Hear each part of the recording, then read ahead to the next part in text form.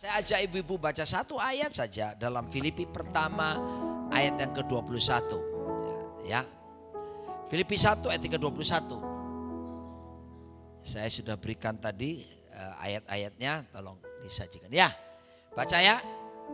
Nanti saya kasih aba-aba, saya nyanyi ya. Kamu standby di sini. 1, 2, 3. Karena bagiku hidup adalah Kristus. Terus? Ya, dan mati adalah keuntungan. Yang berbahagia mereka yang membaca, merenungkan, memperkatakan, melakukan dan membagikan firman dalam hidupnya. Ada 5M kunci bahagia. Yang membaca, yang merenungkan, yang memperkatakan, yang melakukan, dan yang membagikan firman Tuhan dalam kehidupannya. Katakan amin. Silakan ibu-ibu duduk kembali. Oke, nanti aja. Saudara dikasih Tuhan, ibu-ibu dikasih Tuhan. Ada seorang hamba Tuhan namanya Myles Munroe. Hamba Tuhan ini dipakai Tuhan luar biasa untuk menyampaikan firman Tuhan, berita-berita tentang kerajaan Allah. Dan dalam salah satu statement yang dia buat bagus sekali. Dia pernah bilang begini. Saya kutip, namanya Myles Munroe. Dia bilang begini. The greatest tragedy in our life is not death, but life without a purpose. Artinya tragedi terbesar yang terjadi dalam hidup manusia bukanlah kematian. Tapi apa? Hidup tanpa tujuan. Nah, ini masalah besar. Kalau orang hidup tanpa tujuan, maka saudaraku dikasih Tuhan, hidupnya tidak akan pernah mencapai puncak potensi. Hidupnya tidak akan pernah mengalami yang disebut kebahagiaan. Karena meleset dari sasaran. Tidak ada tujuan yang jelas. Bayangkan tadi rumah kami di Kelapa Gading ya. Tadi kami berdua dengan istri saya berangkat ke sini. Lalu kemudian sopir saya tanya sama kami misalnya. Ya, seharusnya kan ke GBI Eklesia, kebaktian kaum wanita di sini. Wanita Battle Indonesia Eklesia. Terus driver saya tanya, Pak Roni kemana kita? Mengalir saja. Kira-kira saudaraku sopir akan berkata, nyebut Pak Roni. Betul tak saudaraku? Harus jelas tujuannya kemana. Saya bilang kepada dia tadi, kita ke gereja GBI Eklesia Taman Semanan. Tak dia tahu, karena juga pernah antar saya ke sini. Jadi jelas tujuannya. Nah, saudaraku dikasih Tuhan, demikian pula kalau kita hidup tanpa tujuan, itu seperti itu. Padahal Tuhan memberikan kita hidup dengan tujuan. Nah, tujuan ini nanti yang akan saya jelaskan tentang sesuai tema bulan kita ini. Yang ibu-ibu berikan, yaitu hidup mengutamakan Yesus. Nanti ada statement yang kedua, dikatakan begini. And also the greatest mistakes in our life is life without prioritization. Dan juga kesalahan terbesar yang ada dalam kehidupan manusia adalah kalau manusia hidup tidak punya prioritas. Tidak tahu mana yang didahulukan. Tidak tahu mana yang dibuat nomor 1 dalam hidupnya. Nah, ini masalah besar juga. Nah, orang-orang seperti ini tidak akan bisa menikmati kehidupannya. Nah, tema yang diberikan kepada saya ini bagus sekali. Hidup mengutamakan Kristus. Nah, tapi tolong tema ini jangan dijadikan alasan ya, sehingga akhirnya kita tidak melayani suami ya. Kenapa? Yang utama ada lagunya kan, kunci G. Atau kunci A. Yang terutama di dalam hidup ini meninggikan nama Yesus. Ya, jadi akhirnya tanggung jawab kita sebagai seorang istri di dalam keluarga, kita tidak mau kerjakan. Kenapa? Yang terutama adalah Yesus. Nah, tanggung jawab kita sebagai ibu rumah tangga, saudaraku, ada banyak ibu-ibu tapi di luar eklesia ya. Ini ibu-ibu di kutub utara bagian pedalaman yang diam dalam gua-gua tepi jurang 500 meter perempatan jalan. Mereka banyak saudaraku dikasih Tuhan karena nggak betah suasana rumah dan menjadikan pelayanan ibadah seperti ini menjadi tempat pelarian mereka. Sehingga ada ibu-ibu saudaraku Dari terbit matahari pagi-pagi sampai pada masuknya sore. Bukannya biar nama Tuhan ditinggikan, tapi dia sengaja untuk menghindari tanggung jawabnya sebagai seorang ibu rumah tangga. Dan dia hadir di setiap ibadah dari Senin sampai Minggu, saudaraku. Dan dia melupakan tanggung jawabnya, yaitu sebagai seorang istri. Nah, ini salah besar. Satu kali, ini jangan dipikir cuma seorang ibu bisa buat gitu. Seorang bapak bisa buat gitu. Satu kali gembala senior saya, bapak rohani saya, pendeta Timotius Arifin, khotbah di Bali. Di gereja, di GBI Rock Lembah Pujian. Ya, dia khotbah tentang apa? Tentang pria, suami, Anda itu imam. Orang-orang laki-laki berkata, amin. Anda juga nabi, amin. Anda juga raja, amin. Begitu raja, aminnya lebih keras, amin. Nah, imam itu adalah bagaimana suami mewakili keluarga di hadapan Tuhan. Amin. Nabi adalah bagaimana mewakili Tuhan kepada keluarganya. Amin. Raja adalah menegakkan aturan atau hukum-hukum firman Tuhan di dalam rumah tangga kita. Ya, saudara ya, pulanglah bapak, salah satu bapak. Sampai di rumah, pas hari itu istrinya gak ikut ibadah. Ada sesuatu gak ikut ibadah. Begitu sampai di rumah, dia panggil nama istrinya. Dia duduk di meja, duduk di kursi, sorry. Lalu kemudian dia panggil istrinya. Sayang sini. Loh, heran dia, kenapa memerintahkan seperti itu. Lalu suaminya sodorkan kakinya gini. Buka sepatuku. Loh, kok bisa gitu? Buka kaos kakiku juga. Loh, kamu kok aneh? Pulang-pulang gereja kok begitu? Tadi Pak Arifin khotbah, suami raja. Nah ini saudaraku ya. Saudara langsung isinya telepon Pak Arifin dan dijelaskan. Bukan itu maksudnya. Raja bukan berarti seenakmu sendiri. Sama saudaraku. Ibu-ibu, hidup mengutamakan Kristus Yesus Tuhan. Bukan berarti kita melupakan tanggung jawab kita di dalam keluarga kita. Kok sepi ya? Tidak ada yang berkata amin. Amin tidak ada ya? Amin sudah pulang tadi ya? Sudah pulang, oke. Nah, Rasul Paulus berkata, karena bagiku hidup adalah Kristus. Nah, ya memang ini harus dikedepankan dari segala sesuatu.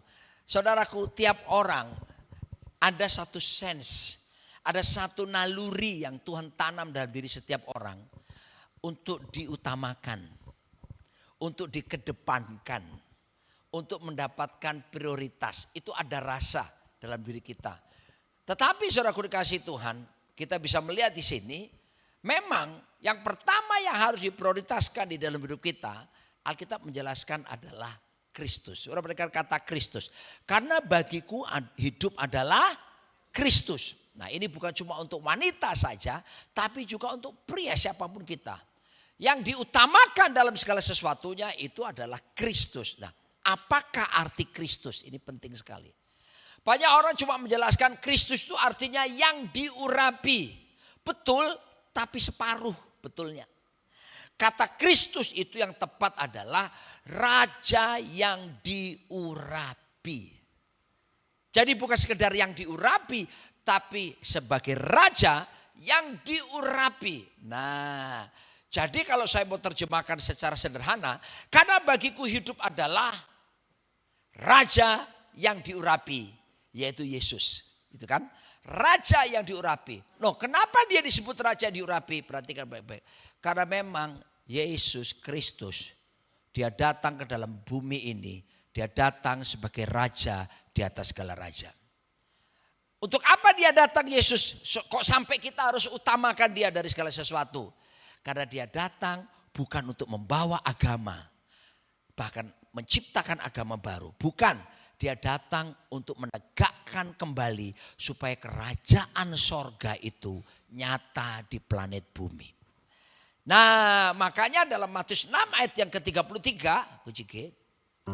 dia menunjukkan kepada kita, kalau kamu ingin dicukupi segala sesuatu, apa yang kamu makan, apa yang kamu minum, apa yang kamu pakai, ini kan persoalan mendasar manusia ya, makan, minum, pakaian.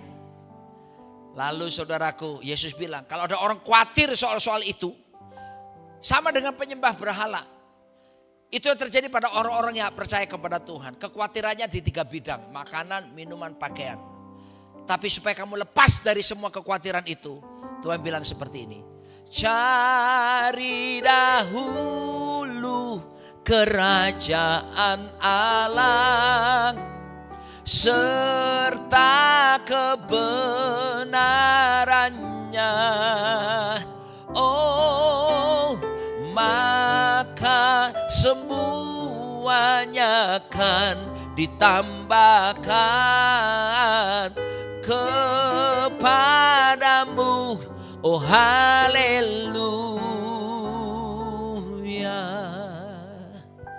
Apa maksudnya? Prioritaskan, utamakan, lebih dulukan. Apa itu? Kerajaan Allah serta kebenarannya. Nah, saya akan bahas ini pelan-pelan supaya ibu-ibu menangkapnya. Ketika kita mengutamakan Kristus, itu berarti kita mengutamakan pemerintahan kerajaannya dan juga kebenarannya. Apakah kerajaan Allah itu? Kerajaan Allah adalah, nah saya buat kita lewat gerakan aja ya. Tolong tangan kanan diangkat sama-sama. Gerakan tangan seperti ini. Ngomong, bukan sulap sembarang sulap. Bukan sihir sembarang sihir. Oke, ucapkan sama-sama ya. Kerajaan Allah adalah pengaruh pemerintahan Kristus di dalam kita, di antara kita, dan bersama kita.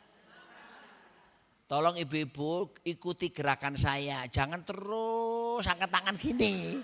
Ikuti saja. Jangan terpaku melihat saya ya. Oke, tangannya angkat tangan kanan. Katakan kerajaan Allah adalah pengaruh pemerintahan Kristus di dalam kita, di antara kita, dan bersama kita. Perhatikan kalimat itu baik-baik. Kalau Yesus Kristus memerintah di dalam kita, di antara kita, bersama kita, berarti tidak ada ruang lagi buat dosa bekerja dalam hidup kita. There is no space for sin anymore. Tidak ada. Karena dia jadi raja di seluruh totalitas hidup kita. Di dalam kita, di antara kita, bersama kita. Sebab ada banyak orang menjadikan Yesus raja itu cuma dalam suasana kebaktian seperti ini. Sehingga berapa banyak saya ketemukan. Belum. Ya, saya baru gini aja udah langsung tanda kesiapan. Tos dulu. Keras sekali tanganmu. Nah, ada orang-orang saudaraku, waktu kebaktian dengan waktu tidak kebaktian beda.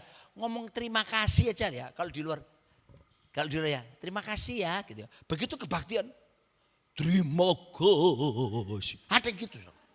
Pernah sudah ketemu orang-orang seperti itu? Di sini tidak ada, kutub utara. Ngomong haleluya gitu loh. Aneh begitu di luar sana gitu ya. Haleluya, puji Tuhan gitu ya. Begitu masuk kebaktian, haleluya. Saya tidak bisa bayangkan Anda ngomong sama suamimu. Ngomong I love you gitu. Terus kita ngomong sama suami gini, I love you. Suami saudara langsung mendem. Mau saya katakan kepada saudara. Kenapa saudaraku? Mereka melihat Yesus itu raja. Pemerintahnya seringkali urusan-urusan yang rohani. Nanti di luar itu sudah jadi, nah saudara. Inilah muncul kekristenan yang disebut munafik yang model-model begini. Ya sorry terlalu keras saudaraku ya. Kata munafik itu sendiri ada terjemahannya. Munafik, mukanya nabi, pikirannya kotor. Munafik gitu ya. Saudaraku, dia tidak memberlakukan Yesus jadi raja ketika dia sedang melakukan pekerjaan. Ketika dia sedang berbisnis, ketika sedang melakukan aktivitas di luar sana. Yang orang lain seringkali sebut sebagai sekuler. Ini rohani. Yang di sana rohana. Saya memberitahu saudara, rohani kek, rohana kek, rohani kok, atau apapun saudaraku. Kalau saudara mengutamakan Kristus, kita mengizinkan dia jadi raja di seluruh aspek kehidupan kita. Yesus raja di gereja, Yesus raja di keluarga kita, Yesus raja di pekerjaan kita, Yesus raja di roh kita, Yesus raja di pikiran kita, Yesus raja di perasaan kita, Yesus raja di kehendak kita, Yesus raja di tubuh kita, Yesus raja di atas segala raja. Ini harus masuk dalam diri kita. So, mengutamakan Yesus bukan berarti bahwa aktif pelayanan. Oh, ada orang aktif pelayanan itu tadi pelarian, nggak betah di rumah. Ya, saudaraku, ada satu kali ini di kota Surabaya, untuk Surabaya. Satu kali di Surabaya waktu itu terkenal dengan doa malamnya. Doa malam saudaraku jam 8 malam sampai jam 10 malam, terus ada jam 10 dan seterusnya. Ada beberapa orang ditanya, kamu kok rajin ke doa malam, kenapa? Enak, udaranya seger, AC-nya seger katanya. Enak, karena di rumah gak ada AC, jadi ke doa malam tuh ada AC-nya. Tujuannya apa saudaraku? Bisa tidur di sana saudaraku ya. Saya percaya di sini tidak ada yang seperti itu. Utamakan Yesus jadi raja yang memerintah di seluruh aspek hidup kita, termasuk memerintah di pikiran kita, di perasaan kita, dan di kehendak kita. Hari ini saya mengambil puasa. Ya, kalau dihitung-hitung jumlah puasa saya total ya harinya sekarang memasuki hari ke-45 saya berpuasa. Ya. Loh, kok tepuk tangan biasa? Puasa itu biasa. Ya kan? Makanya beberapa kali diajak makan sama Ibu Silvani waktu acara di kantor Grabetel saudaraku, saya tolak terus karena saya memang sedang berpuasa. Ya. Nah, orang tanya kan, Pak Roni puasa untuk apa sih? Gitu ya. Tadi pagi jam 7 saya ketemu sama kenalan orang bule, orang Amerika, misionaris yang suka melayani ke suku-suku di terabaikan. Saya juga bilang sama dia, the reason why I'm fasting, alasan kenapa saya ini berpuasa. Saya bilang gini, there's only one purpose, cuma satu tujuan kenapa saya harus puasa. Sederhana saja, saya mau mensinkronkan, menyelaraskan kehendak saya, kemauan saya supaya tunduk sama kehendak dan kemauannya Tuhan Yesus Kristus. Sederhana saja saudaraku. Kenapa? Sebab tabrakan terhebat di dalam hidup manusia bukan tabrakan dua pesawat, satu pesawat lawan satu pesawat. Tabrakan yang seringkali tabrakan terhebat adalah kehendak Tuhan melawan kehendak pribadi kita. Betul gak? Dan sialnya seringkali kehendak Tuhan kalah dengan kehendak kita pribadi. Makanya saya berpuasa, saya mau belajar supaya bukan kehendak saya yang menang, tapi kehendak Tuhan yang jadi. Saya mau ajak ibu-ibu ketika mengutamakan Yesus Kristus, maka berarti mengutamakan supaya maunya Tuhan yang terjadi dan bukan mau kita yang terjadi. Mengutamakan Tuhan berarti membuat pikiran kita tunduk supaya pikiran kita mengikuti firman Tuhan. Membuat perasaan kita gak mau sembarang baper-baper, tapi betul-betul perasaan kita diselaraskan dengan firman Tuhan. Sebab Filipi pasal yang kedua ayat kelima, Filipi 2:5 berkata, hendaklah dalam hidupmu bersama kamu menaruh pikiran dan perasaan seperti yang terdapat juga di dalam Kristus Yesus. Filipi pasal yang kedua ayat yang kelima. Gitu ya. Maafkan saya tidak siapkan PowerPoint, tapi saya tadi sudah kasih ayat-ayatnya. Dan tolong, ini, hendaklah kamu dalam hidupmu bersama menaruh apa? Pikiran dan perasaan yang terdapat juga dalam Kristus Yesus. Jadi mengutamakan Yesus itu termasuk membuat pikiran kita, membuat perasaan kita, membuat kemauan kehendak kita itu diselaraskan dengan kehendaknya Tuhan kita Yesus Kristus. Ibu-ibu pernah melihat Tuhan Yesus jatuh dalam dosa? Tidak pernah. Dibawa ke Pontius Pilatus pun dilihat, diungkit kesalahannya, dipanggil saksi-saksi palsu. Tidak pernah bisa membuktikan tentang kesalahannya. Lalu kemudian tidak bisa dibuktikan intisarinya. Kenapa dia sampai akhirnya luar biasa? Tidak pernah jatuh dalam dosa, tidak pernah gagal. Ini rahasianya. Yohanes 4 ayat yang ke-34. Kunci G. Ini rahasianya. Makananku ialah melakukan kehendak Bapa. Makananku ialah menyelesaikan pekerjaannya.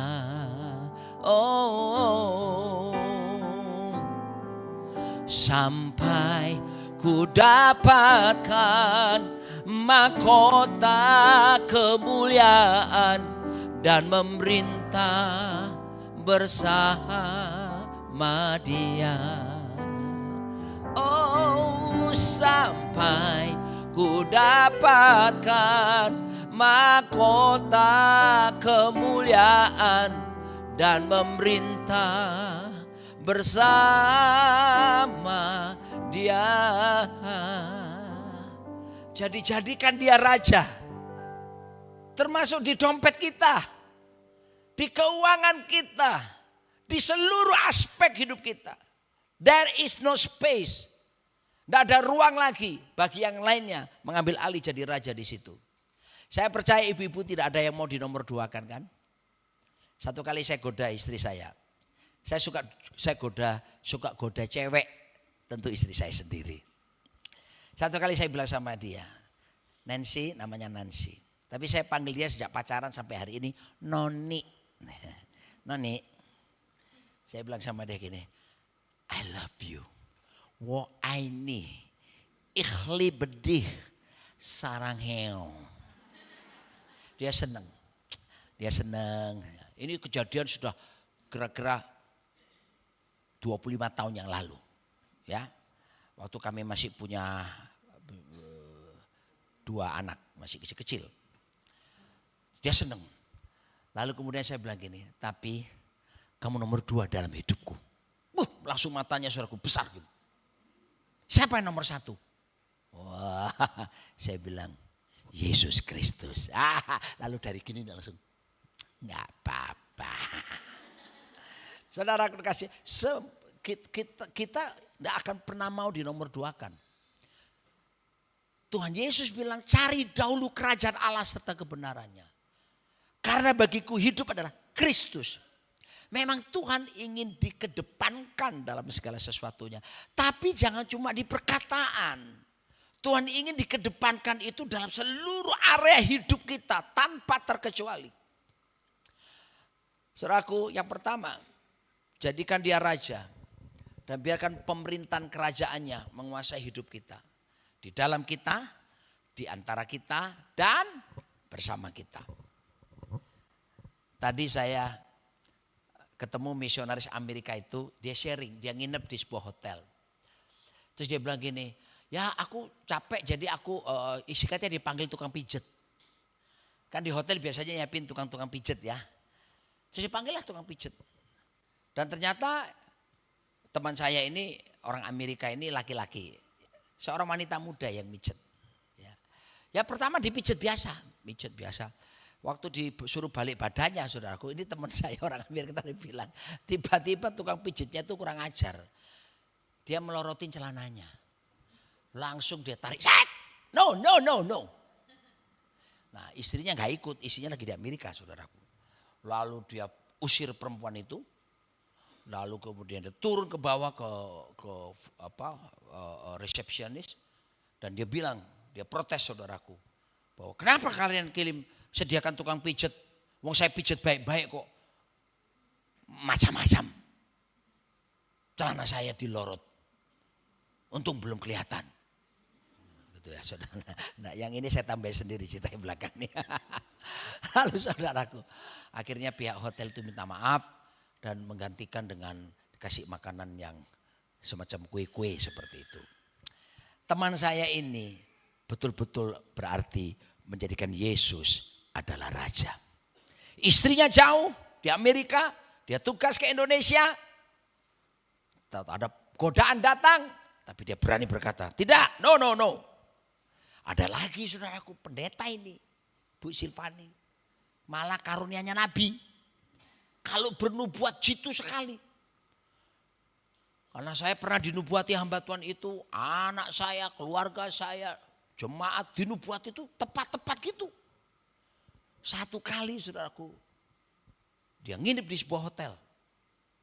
Waktu dia nginep di sebuah hotel, tiba-tiba dia masuk gini, di kamar tuh ada perempuan. I'm sorry to say, perempuan itu ternyata sudah telanjang. Dan entah kenapa, nah ini dia. Karena istrinya gak ikut pelayanan, istrinya di luar negeri. Ini hamba Tuhan bule. Do you know bule?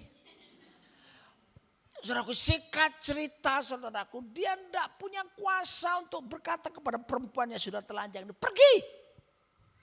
Dan singkat cerita, dia jatuh dengan perempuan itu. Dan akhir ceritanya kemudian saudaraku, Tuhan Maha tahu kan, tidak ada orang tahu, hanya Tuhan Maha tahu. Saya bukan Tuhan tidak Maha. Ternyata dipasangi CCTV, kamera saudaraku. Dijebak hamba Tuhan ini. Dipasangi kamera dan sudah nggak bisa apa-apa saudaraku. Akibat itu saudaraku, sampai hari ini sudah sekian tahun saudaraku, dia susah payah untuk bangkit kembali.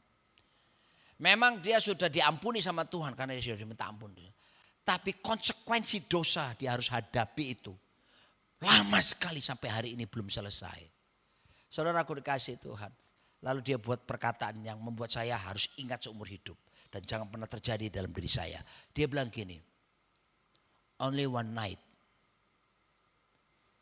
but can destroy the whole life. Cuma satu malam, tapi menghancurkan seluruh hidup. Saudaraku, kenapa? Ini dia. Hati-hati. Ketika kita tidak menjadikan Yesus Raja di seluruh aspek hidup kita, siapapun kita, wong pendeta aja, nabi aja bisa jatuh kok. Apalagi kita. Sebab itu mengutamakan Kristus berarti menjadikan dia raja. Totalitas di aspek hidup kita. Termasuk keinginan kita. Udah tahu suami larang, jangan beli tas itu ya. Begitu lewat saudaraku di etalasenya. Oh Yesus. Basaro lagi gerak lah bagasek pada sama. Tapi Basaro tapi mendekat ke tas itu. Disentuh pelan sini. Dicoba. Dia ingat suaminya. Ingat keuangan kita lagi menurun. Jangan beli tas. Jangan belanja lagi barang-barang mahal. Kita perbaiki dulu budget keluarga kita. Taruh. Ya balik lagi. Tapi pegawainya bilang. Tinggal satu stoknya. Satu loh Bu. Belum tentu datang dalam waktu 1 tahun. Wah berhentilah. Dan singkat cerita saudaraku. Kartu kredit digesek lagi. Sampai mengepul keluar asapnya saudaraku. Makanya ada istilah bilang. A marriage is like a workshop. Husbands works and then wife shops. Keluarga rumah tangga itu kayak bengkel gitu ya. Suaminya yang works, kerja, isinya yang shops. Belanja gitu saudara. Saudara aku dikasih Tuhan. Berapa banyak kita temukan hal seperti ini. Maka apa yang harus kita lakukan sekarang ini? Mengutamakan Yesus bukan cuma hadir kebaktian wanita dengan rajin. Mengutamakan Yesus. Jadikan dia raja. Yang totalitas pemerintah hidup atas setiap kita. Yang percaya berkata, tangan kanannya begini. Ditepuk tangan. Tolong, tangannya begini. Katakan bersama saya, Yesus adalah Raja. Di seluruh aspek hidup saya. Aspek rohani. Aspek jiwani. Pikiran. Perasaan. Kehendak. Kemauan. Dan aspek jasmani. Amin. Genggam erat gini. Masukkan di jantung saudara sampai bunyi mak bles. Sorry. Mak bles. Yang kedua. Yesus berkata, seek first the kingdom of God and righteousness, dan kebenarannya. Maka kata kebenaran di situ dalam Matius 6 ayat 33, tolong disajikan. Kata kebenaran di situ memakai kata Yunaninya dikaiosune. Dikaiosune itu artinya ada dua arti. Right position and right relation. Posisinya mesti benar. Posisinya mesti beres. Nah ini. Semua kebenarannya. Kebenaran dalam arti kata posisi. Dalam bahasa, kalau saudara belajar teologi, kebenaran itu ada disebut dengan dikaiosune, ada disebut dengan aletheia. Kalau bicara aletheia, kebenaran itu bicara firman Tuhan. Tapi kalau bicara dikaiosune, seperti Yesus bilang ini, dua arti itu. Yang pertama, right position and then also right relationnya. Posisinya mesti beres. Sebab saudara tahu kata dosa itu dalam bahasa Yunaninya hamartia. Artinya missing the target, meleset dari sasaran. Enggak kena sasaran. Saudaraku yang dikasih Tuhan, satu kali ada pertandingan memanah. Sudah tingkat final sekarang seluruh dunia. Ya, dan 3 final itu ada 3 negara. Amerika, Inggris, dan Indonesia. Indonesia kan beberapa tahun lalu di Olimpiade diperhitungkan. Sekarang dari Amerika lebih dulu. Ini mana bebas saudaraku. Dia bilang gini, manahnya itu jarak 50 meter. Dari sini sampai ke parkiran sana ya. Parkir mobil yang di teras itu, yang di situ. Tapi sekarang sasarannya apa? Benda yang ditaruh di kepala orang. Peserta Amerika berkata, please, I need a watermelon please. Wah, minta semangka. Ditaruh di atas kepala. Lalu orang Amerika ini mulai membidikan. Dan sulap tepat. Semangkanya kena di atas kepalanya. Bayangkan bapak ini ada semangka ya. Sulap tepat. Wartawan tepuk tangan. Wartawan datang. Who are you sir? What's your name? Orang Amerika bilang, I'm Rambo. Oh Rambo saudaraku ya. Kalau Rambo pinter mana? Oke. Kedua, dari Inggris dia bilang gini, I don't want watermelon, I just want an apple please. Wah minta apel. Lebih kecil kan? Berarti lebih hebat kan? Taruh di atas kepalanya. Apel segede ini. Lalu memanalah orang ini. Terbelah jadi 2 itu apel. Wah hebat sakti kan? Who are you sir? I am Robin Hood from Nottingham Forest, England. Waduh saudaraku, Robin Hood dilawan. Terakhir, orang Indonesia. Indonesia, merah darahku, putih tulangku, bersatu dalam semangatku. Karena dia waktu pas memanah sambil nyanyi lagu itu. Kebiar pelangi jingga. Lalu dia ngomong gini, I don't want watermelon nor an apple. I just want hair fruit. What? Hair fruit. What? Rambutan ternyata hair fruit. Hair fruit katanya. Rambutan. Lalu saudara, rambutan kan kecil sekali dong. Panitia tanya, are you sure? Yes. Why not? Wong Surabaya tiba saudaraku ya. Ditaruh di atas kepalanya orang itu. Kecil gini kan rambutan. Tak bu. Saudaraku. Agak lama dia. Karena dia keker dulu.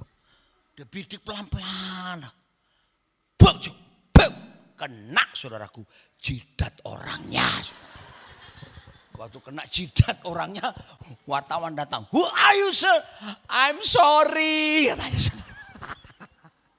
Katanya saya sengaja buat cerita lucu supaya ibu gak ngantuk. Dosa ya seperti itu saudaraku. Kelihatannya menuju sasaran. Tapi meleset. Tuhan ingin posisi kita itu benar di hadapannya dia. Dan untuk bisa jadi posisi benar. Cuma satu yang bisa membenarkan kita. Darah Yesus Kristus yang bisa membenarkan kita. Katakan amin. So, tanpa darah Yesus yang menyucikan kita, tidak ada satupun kita bisa dikenan oleh Tuhan. Sebab itu penting sekali kita senantiasa terbungkus oleh darah Yesus. 2 minggu lalu saya dan istri saya diundang oleh wanita juga. Tidak tahu sejak itu banyak undangan wanita sekarang saya Bu. Sejak jadi mendampingi Ibu Silvani. Kan Ibu Silvani sekarang ketua Departemen Wanita Bethel Indonesia. Keren ya Ibu Gembala. Saudaraku beberapa kali rapat sama mereka diajak makan terus saudaraku. Ibu-ibu ini ya.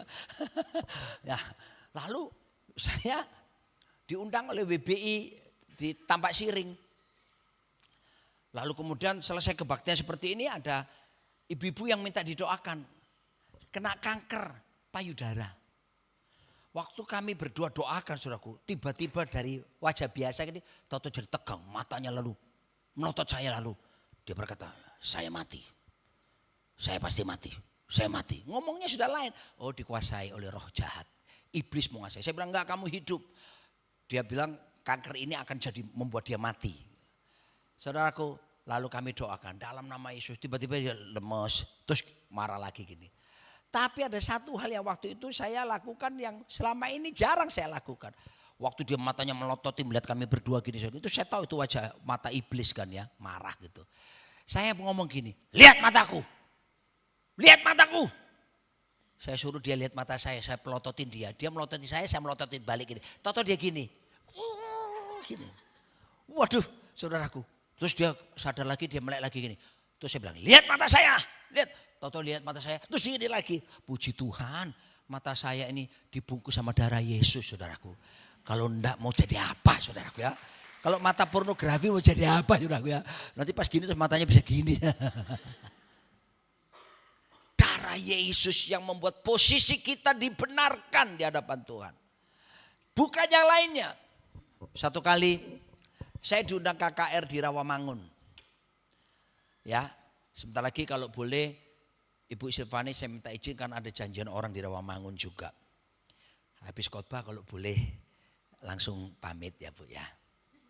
Tapi tenang, saya selesaikan 45 menit ya. Tidak saya kurangi, saya tidak akan korupsi. Ya, jatahnya saya berikan. Malah kalau mau ditambah 5 menit boleh. Ya, terus lah waktu KKR seperti ini, kan gereja penuh nih. Ada satu anak muda duduk di paling belakang sana. Dia pulang dari gunung latihan kesaktian, ilmu gelap. Jadi kalau dia mempraktekkan ilmu, dia lihat pohon kelapa, dia lihat buah kelapanya, dia pakai jambi-jambinya, pecah, tas gitu. Lalu keluar airnya. Lalu dia lihat ayam lagi bercandaria gitu ya.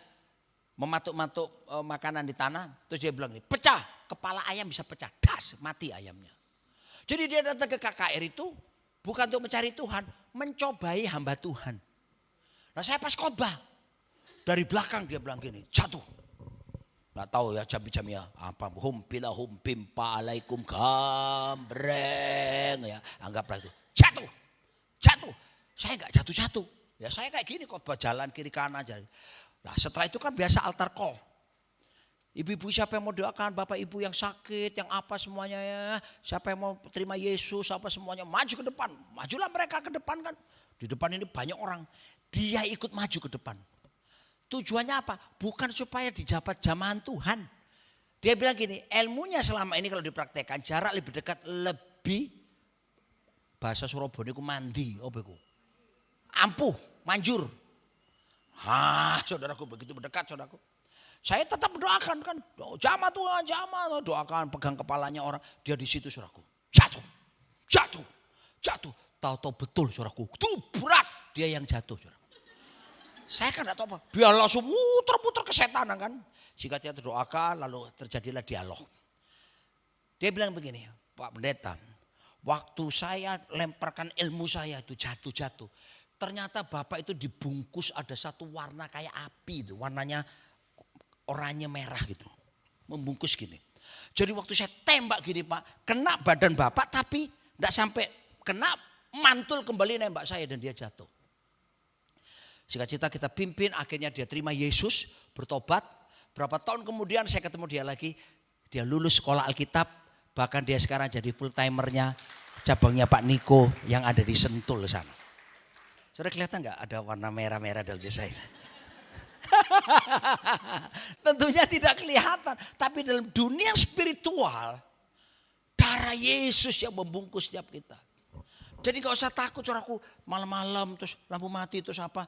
Ada suara itu gak usah takut saudaraku. Kalau ada suara lu jangan main-main sama gue ya. Gitu dong. Ya. Tapi jangan lupa, kata kebenaran yang kedua, right relation. Nah, ini hubungan yang beres, hubungan yang benar. Saudaraku, cek baik-baik. Apakah kita yang pertama memiliki hubungan yang benar secara vertikal dengan Tuhan. Dan yang kedua, right relation also dengan sesama kita ini mesti dijaga. Sebab kalau kita gak jaga hubungan dengan baik saudaraku, maka muncul kepahitan, muncul dendam, muncul kemarahan yang dipendam-pendam. Ini tidak akan membawa kita kepada right relation. Bersyukur saya nikahi wanita di depan saya ini 31 tahun lamanya. Punya 3 orang anak, 1 menantu, 2 cucu. Dan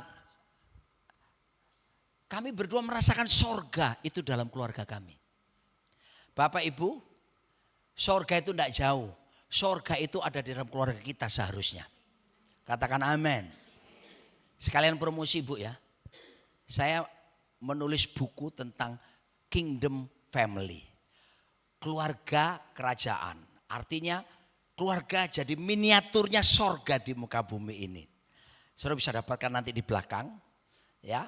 Dan hasil penjualannya saya dengan istri saya sudah dedikasikan 100% keuntungan maupun royaltinya semua buat pelayanan misi dan diakonia. Jadi saya nggak ambil keuntungan 1 rupiah apapun.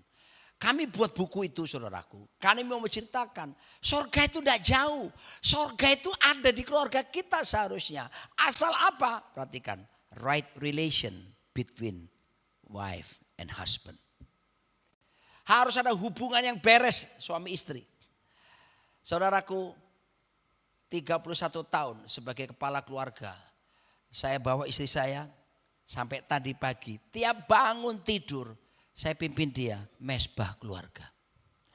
Dan ini yang membuat saya begini, sayang. Nah, dia kalau muji saya gitu Bu. Gak apa-apa sih kamu pendek. Ya memang saya pendek saudaraku. Aduh, gak sampai 160 saudaraku ya. Walaupun kamu pendek, tapi aku bangga jadi suami, jadi istri kamu. Kenapa sayang? Kamu suami yang konsisten. Kamu yang komitmen. Kenapa? Kamu mimpin aku tiap hari datang kepada Tuhan. Saudaraku, kenapa itu bisa terjadi? Right relation. Coba kalau seandainya saya sakiti dia. Saya kasari dia. Terus saya bawa dia kepada Tuhan di hadirat Tuhan. Mungkin dia pujian penyembahannya, tapi mukanya gini. Enak kamu yang merasakan hadirat Tuhan. Aku hadirat siapa ini? Maka itu penting saudaraku. Pertama, yakinkan right relation dengan Tuhan. Tuhan itu ingin ada keintiman dengan dia. Mengutamakan Kristus itu membawa hidup keintiman dengan Tuhan. Orang kalau hubungannya dekat, intim sama Tuhan, hidupnya pasti berbuah. Saya berintim sama istri saya sebagai suami istri. Dia tidak mungkin hamil hanya karena saya lirik matanya. Sambil nyanyi lagunya Rafiq itu tahu. Lirikan matamu menarik hati. Oh senyumanmu manis sekali. Sehingga membuat aku terpesona. Pinter kamu. Tos. Dapat dia. Di tempat lain sulit. Ya. Apakah tiba-tiba saya lirik matanya tato dia hamil? Enggak kan? Atau saya peluk dia erat-erat sampai bunyi tulang belakangnya. Atau dia hamil. Enggak bisa. Dia bisa hamil karena kita melakukan hubungan suami istri yang sah. Baru dia bisa hamil. Ketika kita right relation dengan Tuhan, diutamakan itu dalam spiritual realm, Jadi ini bukan hubungan seperti badan ya. Tuhan itu roh, kita juga manusia roh. Maka akan terjadi apa? Akan terjadi hidup kita berbuah-buah ibu-ibu. Dan ini yang Tuhan inginkan dalam diri kita. Filipi 1 ayat 21 tadi kalau dilanjutkan. Aku pilih hidup supaya aku bekerja menghasilkan buah. Dan hidup yang mengutamakan Kristus, pasti hidup kita akan kita mampu mengatasi segala hal termasuk makanan, minuman, pakaian. Cari dahulu kerajaan Allah serta kebenarannya. Semuanya itu akan ditambahkan kepadamu. Artinya pemeliharaan Tuhan akan terjadi. Kemaksimalan akan terjadi. Hidup kita berbuah lebat. Dan yang pasti hidup kita menjadi berkat bagi banyak orang. Selamat siang, selamat berbuah, selamat mengutamakan Tuhan Yesus di atas segalanya. Kita bangkit berdiri, kita berdoa. Yang